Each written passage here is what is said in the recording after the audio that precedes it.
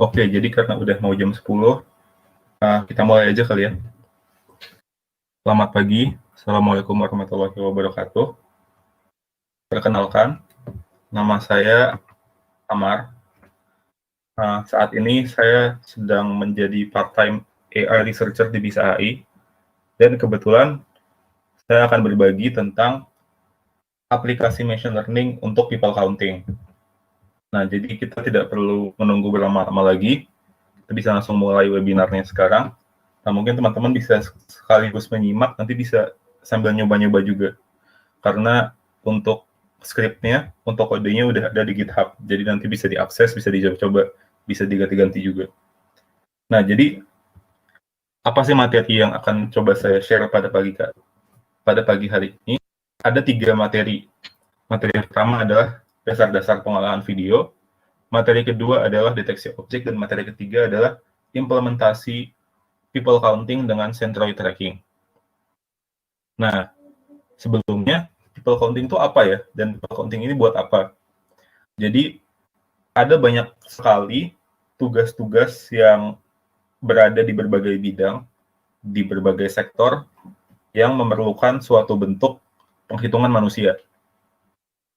Misalnya sekolah, dia ingin menghitung apakah di dalam ruangan kapasitasnya sudah optimal atau belum. Atau orang yang masuk ke ruangan ada berapa, yang keluar ada berapa.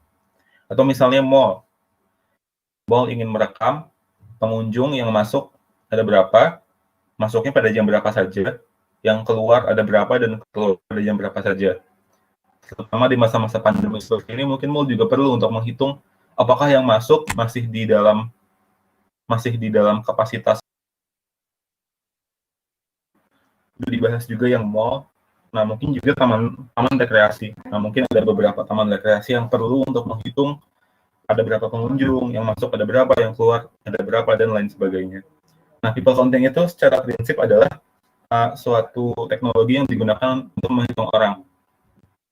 Entah orangnya statis di dalam suatu ruang atau dinamis.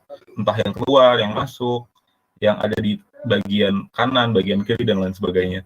Nah, people counting ini ada banyak cara mengimplementasikannya, bisa dengan sensor berat badan, bisa dengan sensor ultrasonik, dan lain sebagainya. Nah, namun yang akan dibahas pada kali ini adalah people counting-nya menggunakan kamera CCTV. Nah, dengan menggunakan pendekatan deep learning. Jadi, people counting ini adalah sistem penghitung manusia, dan yang akan dibahas pada webinar kali ini adalah algoritma deteksi manusia, yang nantinya juga akan digunakan untuk menghitung manusianya ada berapa pada CCTV. Oke, jadi secara sederhana, skema dari sistem people counting adalah pertama ada CCTV yang akan merekam suatu ruang, lalu data setiap frame dari video CCTV akan dikirimkan ke dalam model deteksi objek, lalu model deteksi objek tersebut akan melakukan deteksi objek manusia terletak di mana saja. Nah, setelah itu, ketika frame-nya berpindah ke frame selanjutnya, deteksi ini akan mengikuti objek yang sama dengan metode centroid tracker, yaitu dia akan mendeteksi jika objek pertama terletak pada centroid X, Y, di frame selanjutnya, jika dideteksi lagi dan ada objek yang letak centroidnya cukup dekat dengan centroid yang pertama, maka diasumsikan kedua objek tersebut adalah objek yang sama. Nah, dari sini kita bisa menghitung pada sebuah video ada berapa orang tanpa menghitung satu orang lebih dari satu kali. Lalu nanti di akhir akan dilakukan kalkulasi ada berapa orang di dalam frame itu. Pertama, dasar pengolahan video. Nah, data video ini ada banyak di internet, tapi untuk percobaan kali ini saya menggunakan data Virat. Nah, mungkin bisa diakses di viratdata.org. Ini ada banyak sekali file videonya. Saya hanya memakai salah satu. Nah, saya memakai video yang memiliki panjang videonya 19 detik dengan lebar frame-nya 1280 pixel dan tinggi frame-nya 720 pixel. Nah, frame rate yang digunakan pada video ini adalah 23 frames per second. Nah, frame rate itu apa? Jadi video itu kan secara sederhana hanyalah kumpulan gambar yang disusun dan diganti tampilannya sesuai dengan waktunya. Nah, 1 detik itu terdiri dari beberapa frame. Dengan satu frame itu menandakan satu gambar. Mungkin teman-teman sering dengar ada video 24 fps dan 60 fps. Itu maksudnya 24 frame per second. Berarti dalam 1 detik ada 24 gambar. Kalau 60 fps berarti 60 frame per second. Dalam 1 detik ada 60 frame, ada 60 gambar. Semakin tinggi frame rate-nya, maka gambarnya akan semakin halus. Karena 1 detiknya akan terdiri dari semakin banyak gambar. Tapi tidak semua hardware bisa kompatibel dengan video dengan frame rate yang terlalu tinggi. Karena ada hardware, jadi terkadang, contohnya kalau di laptop saya, hardware hanya mampu frame rate-nya maksimal 40 fps. Lebih dari 40 fps nggak bisa. Jadi harus dicek juga hardware-nya kuat apa enggak. Tapi yang standar 24 fps. Nah, karena video adalah kumpulan gambar, gambar itu apa? Nah, gambar ini adalah dalam dunia digital, gambar adalah array 2 dimensi atau 3 dimensi. 2 dimensi ini untuk gambar grayscale atau biner, dan 3 dimensi ini untuk gambar berwarna. Nah, array ini yang memiliki 2 dimensi atau 3 dimensi ini menyimpan informasi warna dalam setiap pixelnya. Jadi, kalau kita punya gambar digital dan kita zoom terus sampai sangat besar zoomnya, kita akan melihat bahwa gambar itu terdiri dari kotak-kotak yang kecil. Nah, setiap kotak itu disebut 1 pixel. Dan pixel itu memiliki warna yang datangnya dari nilai numerik pada setiap posisi pixel tersebut. Misalnya kalau untuk gambar grayscale, warna putih biasanya disimpulkan dengan nilai numerik yang bernilai 255. Dan warna hitam nilai numeriknya 0. Dan warna abu-abu sesuai dengan tingkat abu-abuannya itu terletak dari 0 sampai 255. Nah, itu nanti bisa dilihat, oh kalau misalkan dia warnanya putih, berarti pasti nilai pixel di baliknya itu 255 atau mendekati itu. Nah, sama juga dengan gambar-gambar yang berwarna, nilai pixel juga diwakili oleh nilai numerik pada setiap pixelnya. Tapi bedanya, setiap pixel jadi diwakili oleh 3 buah angka. Satu angka menandakan kanal merah, hijau, dan satu lagi menandakan kanal biru. Nah, ini untuk detail mengenai lagi mandiri, entah di Google atau ambil course di Bisa AI Academy, tapi secara singkat seperti itu. Nah, sekarang bagaimana caranya kita bisa memutar file video, memplay file video dengan Python, dengan library OpenCV. Ada script yang sangat sederhana yang bisa dicoba. Fungsinya ini hanya untuk memutar video, jadi dia tidak sampai mengolah. Tapi ini adalah pengetahuan dasar yang harus diketahui jika kita ingin belajar video processing dengan menggunakan Python. Jadi kita hanya perlu satu library, yaitu adalah OpenCV, import CV2, lalu kita membuat sebuah variabel yang bernama VS. VS ini di-assign dengan nilai atribut dari CV2, yaitu video capture. Dan video capture ini memiliki argumen, yaitu file video yang ingin kita tampilkan. Pada kasus ini adalah video.mp4. Lalu kita menggunakan conditional loop, while true. While true ini artinya loopnya akan terus dilakukan, tidak akan berhenti. Selain kecuali jika ada break. Nah, while true, kita akan mengambil frame-nya dengan komen vs.read. Nah, nanti if read is none, maksudnya adalah kalau misalkan videonya udah habis, videonya udah sampai ke ujungnya, nilai dari read ini akan none. Jadi kalau misalkan rate-nya udah non, dia akan di-break. Tapi kalau misalkan dia nggak non, berarti videonya masih dalam range videonya. Jadi masih belum habis videonya itu. Nah, nanti setelah, kalau misalkan dia tidak non, kita bisa menampilkan setiap frame dengan komen cv2.imshow, lalu masukkan nama window-nya, itu adalah video, dan masukkan frame-nya. Nah, dengan cara ini kita bisa menampilkan sebuah file video dengan menggunakan OpenCV. Nah, sekarang kita akan belajar deteksi objek itu adalah sebuah metode, sebuah tugas, sebuah task pada computer vision yang berfungsi untuk menentukan pada sebuah gambar statis, ada objek apa saja, dan setiap objek terletak di mana saja, yang disimbolkan dengan sebuah bounding box. Nah, ini sebagai contoh,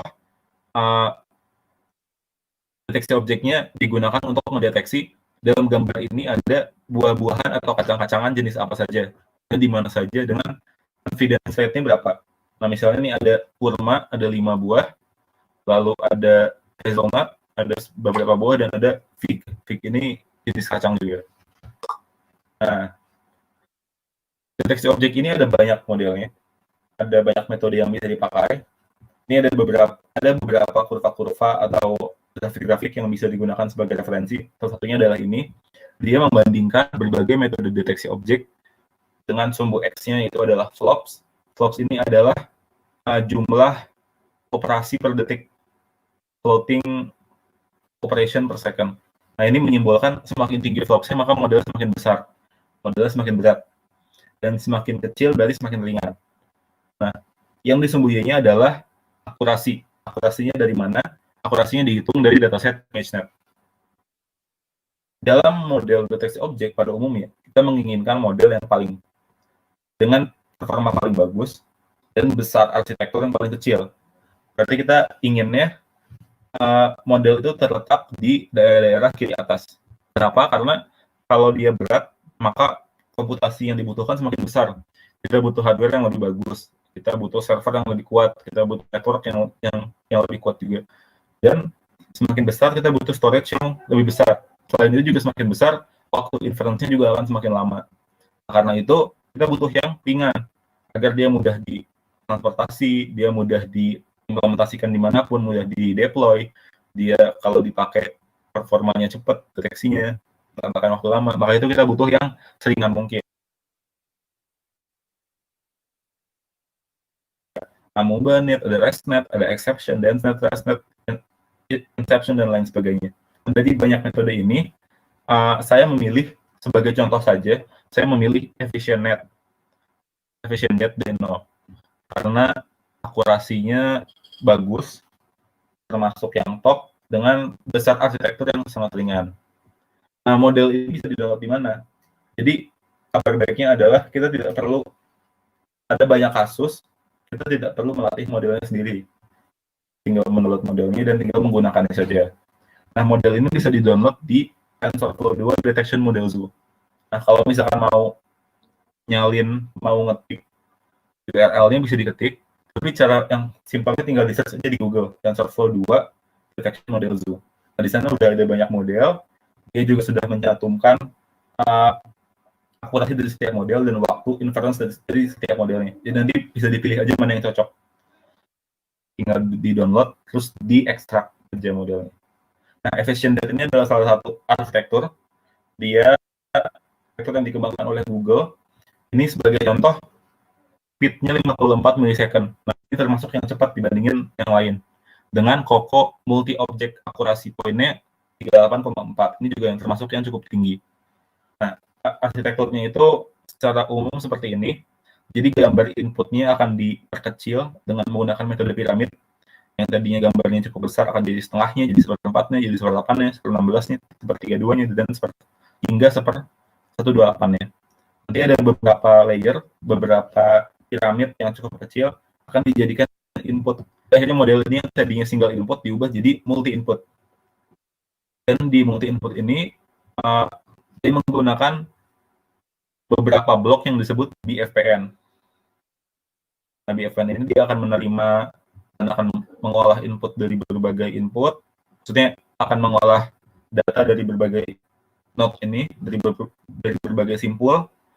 Untuk yang ada di dasar, dia hanya akan menerima dari yang ada di sebelah atasnya aja. Pokoknya ini ada cukup kompleks sih.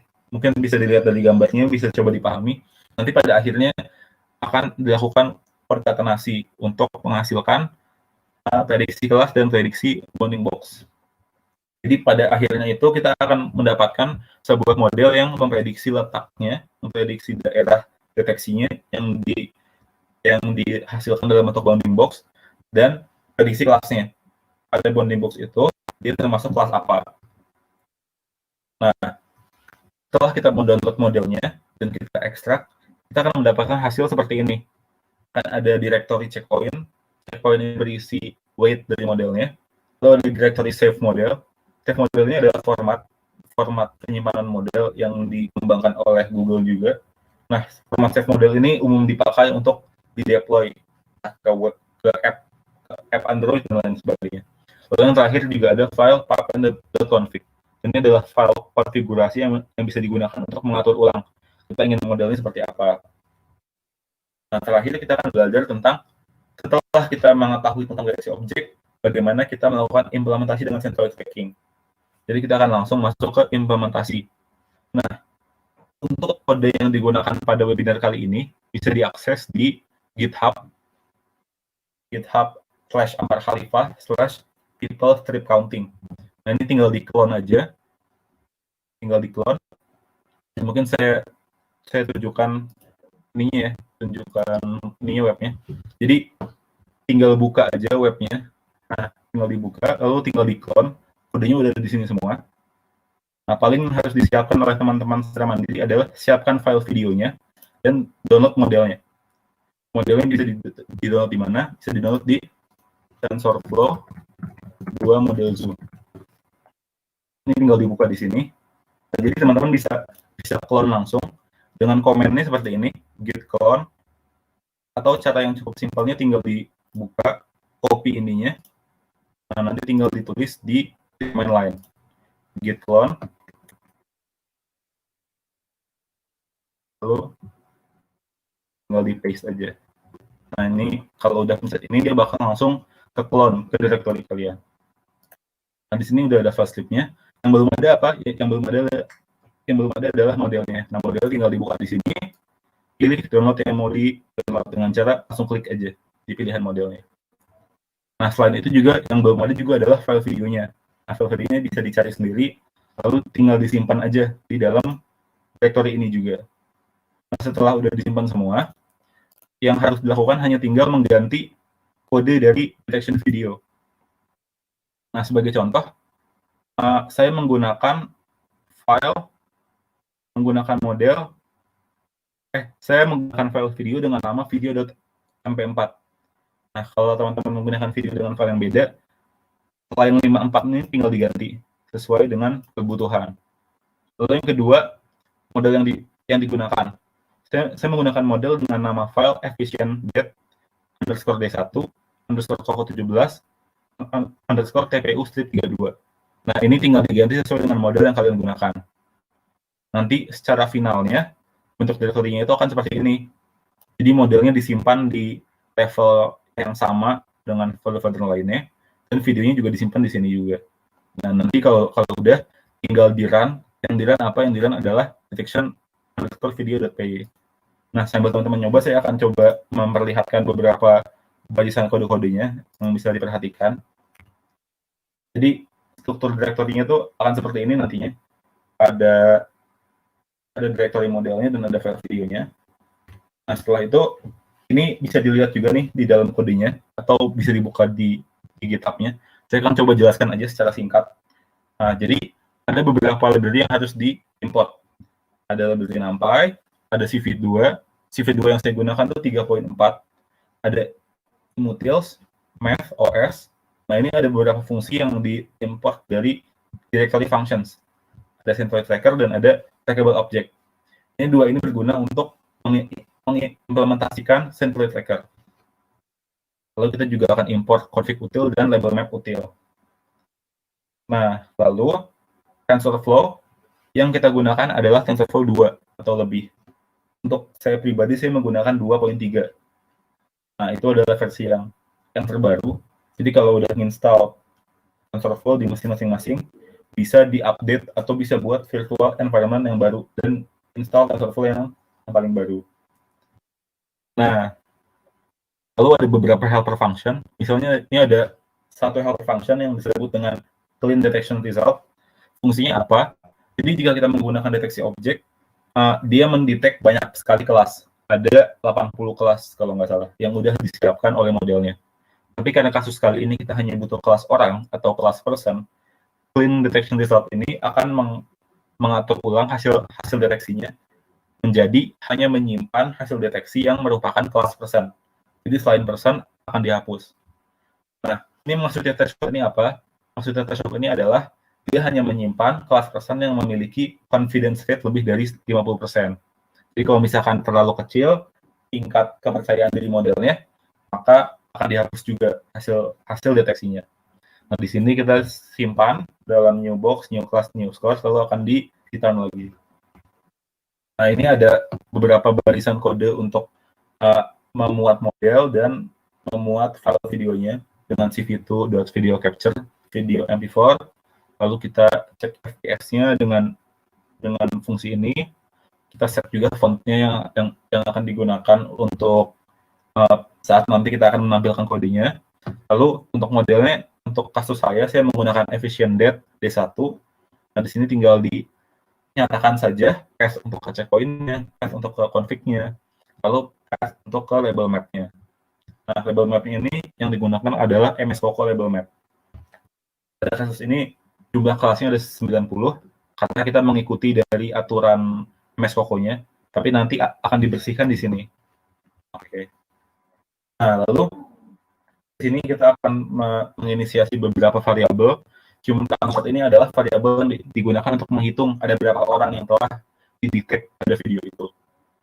Nah, lalu di sini kita menggunakan fungsi lain untuk memuat label map yang tadinya ada dalam file ibtxt diubah ke dalam bentuk dictionary supaya bisa digunakan dalam rangkaian kode ini. Nah, di sini menggunakan objek centroid tracker untuk kodenya bisa diperiksa lagi di dalam GitHub, tapi secara singkatnya ada dua argumen, ada max distance dan ada max distance. Maksudnya apa? Maksudnya adalah max distance ini adalah jarak maksimum dari centroid sehingga dia masih bisa dianggap sebagai satu objek yang sama. Jadi jika pada satu frame dia didetek pada titik 0,0, lalu pada frame selanjutnya dia didetek pada titik 0,100. Nah, karena jaraknya itu masih 100 dan masih di bawah dari max distance, jadi dia masih dianggap sebagai satu objek yang sama. Tapi jika jaraknya sudah lebih daripada 150, misalnya pada frame keduanya 0,200 misalnya, maka karena dia udah melebihi max distance, dia dianggap bukan objek yang sama lagi.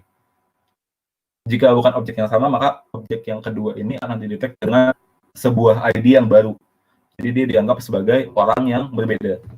Nah, ini kalau max distance ini maksudnya apa? Maksudnya adalah kita juga mengakui kalau model kita tidak akan mampu mendetek dengan sempurna pada setiap frame-nya. Mungkin pada beberapa frame, modelnya akan tidak mampu mendeteksi orangnya. Nah, jika kasus itu terjadi, maka orang itu datanya tidak akan langsung dihapus. Tapi kita akan menunggu selama 30 frame ke depan. Jika selama 30 frame ke depan tidak terdeteksi satu kali pun, maka ID tersebut akan dihapus. Dan jika nanti didetek lagi selanjutnya, maka akan dianggap sebagai orang yang berbeda. Tapi jika modelnya tidak mampu mendetek pada sebuah frame, lalu pada sekian frame selanjutnya dia akhirnya berhasil mendetek lagi, dan masih di bawah 30, maka dia akan dianggap sebagai orang yang sama. Nah, jadi seperti itu simpelnya. Nah, di sini kita sudah putar videonya, kita mengambil gambar, kita meresize gambarnya, lalu kita mengubah kode warnanya ke RGB, lalu kita menggunakan gambarnya sebagai input ke model. Nanti kita masukin ke dalam model, kita dapetin hasil prediksinya. Nanti dari hasil prediksi itu kita masukin ke dalam fungsi helper tadi untuk memfilter supaya yang kita dapetin ini murni semuanya adalah kelas person. Nah, setelah kita dapetin, kita akan masukkan ke sebuah centroid tracker. Nah, ini cukup kompleks, jadi agak sulit kalau dijelaskan via webinar. Nanti bisa diperiksa aja di dalam codingannya. Nah, nanti singkat cerita, setelah dia melakukan centroid tracker dan lain sebagainya, dia akan mendetek. Nah, di sini ada bagian terakhir ini, dia akan melihat apakah orang tersebut sudah dihitung atau belum. Jika belum dihitung, maka counternya akan ditambah, people-nya akan +1. Dan dia akan dianggap sebagai sudah dihitung. Nah, jika dia sudah dihitung, maka nanti kita akan menampilkan frame-nya dengan menyatakan ada berapa orang yang telah dihitung pada frame tersebut. Nanti kalau udah, kita bisa menampilkan gambarnya pada layar, dan jika kita ingin menyudahi programnya, kita tinggal pencet tombol Q, maka nanti window dari video tersebut akan dihapus dan kodenya akan di terminate. Nah, ini contoh jika sudah di-run. Nah, saya akan coba mendemonstrasikan dengan file yang dengan kode yang sudah disiapkan. Ini buat linknya, tadi yang GitHub udah di-share ya. Nah, ini yang kedua, link buat model nya. Nah, ini kita akan coba merunning program tersebut.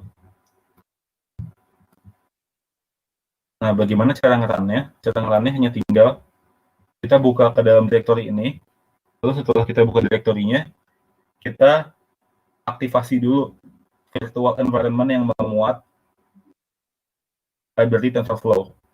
Nah, kalau sudah, kita tinggal running dengan cara Python detection_video.py. Nah, di sini dia akan meload beberapa library. Nah, ini agak lama di saya karena laptop saya juga kurang cepat, jadi bisa ditunggu. Tapi kalau misalkan di laptop lain yang lebih bagus performanya, bisa lebih cepat ngeloadnya. Jadi deteksi selama ini tuh udah ada 2 orang. Nah, dia juga akan mendeteksi lagi orang yang ada dengan bounding box-nya. Nah, mungkin ini faktor kurang jelas karena videonya orangnya terlalu kecil. Kalau menggunakan data video lain dengan orang yang lebih besar, kita akan bisa mendapatkan hasil yang lebih bagus. Ini sebagai contoh, dia udah berhasil mendetek ada 4 orang yang udah lewat. 1 di bawah tadi dan 3-nya ada di sini. Nah, mungkin bisa dicoba-coba lagi codingannya. Nah, sekian untuk materi kali ini. Lebih kurangnya mohon maaf. Terima kasih. Wassalamualaikum warahmatullahi wabarakatuh.